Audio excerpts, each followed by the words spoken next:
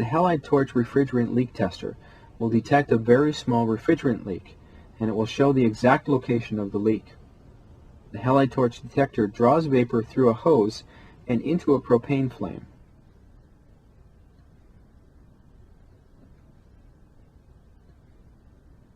To perform the test, the hose end is moved over any joint or area where a leak may be suspected.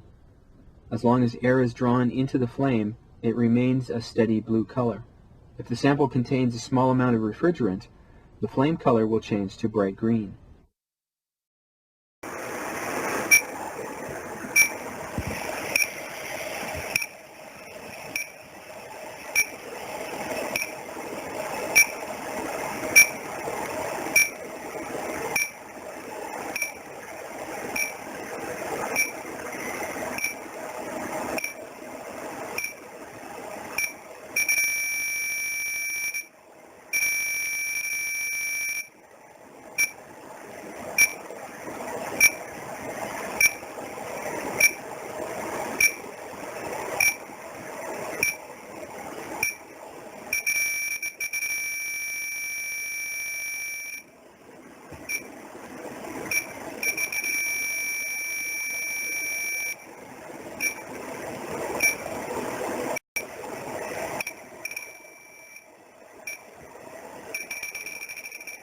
Well, this was leak check last year with another leak detector, and we couldn't find anything. Now we've pinpointed several leaks in the evaporator coil with this Testo 316-3.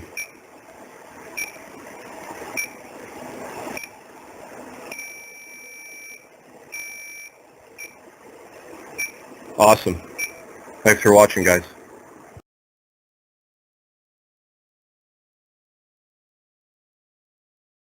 Bob Holcomb from Apex Automotive in Great Barrington, Massachusetts. Today we're going to talk about leak detection with an ultraviolet light. The ultraviolet light that we're going to use today is a 12-volt light. When we shine the light onto a diagnostic die, it glows and it's pretty easy to see. These yellow glasses, when I put them on, it really allows me to see the ultraviolet dye. It enhances the color quite a bit. I would introduce the diagnostic dye into the air conditioning system, run the system, and if there's a leak, this dye will come out where the leak is. I'll shine the light on all the components in the system and I see the dye. I know that's where the leak is in the system. Air conditioning systems can leak slightly.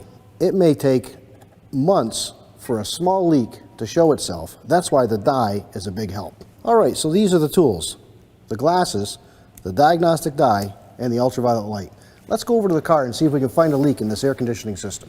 So we've already introduced diagnostic dye into this air conditioning system. And the procedure would be to place your glasses, and then you would scan the entire system with your ultraviolet light.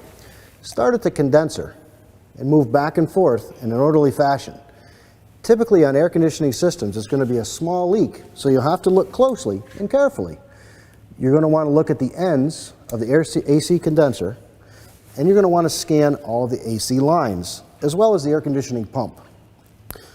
Let's scan this condenser on the top,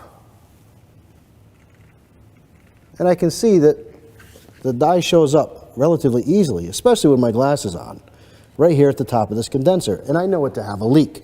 The leak looks like it's not an excessive leak, so it probably takes about a week to show up after we've introduced the dye. Once we find a leak in the system, we shouldn't stop there. We should continue on and scan the entire system, as there could be 2 leaks in this older air conditioning system. This is the air conditioning hose, and this is a pressure sensor to tell the computer if there's pressure in the system. That's a common place for leaks as well. And if I shine the light on the hose, I can see that the gasket or the O-ring around the sensor is leaking as well. That's how we check for a leak with ultraviolet dye in an air conditioning system. I'm Bob Holcomb from Apex Automotive in Great Barrington, Massachusetts.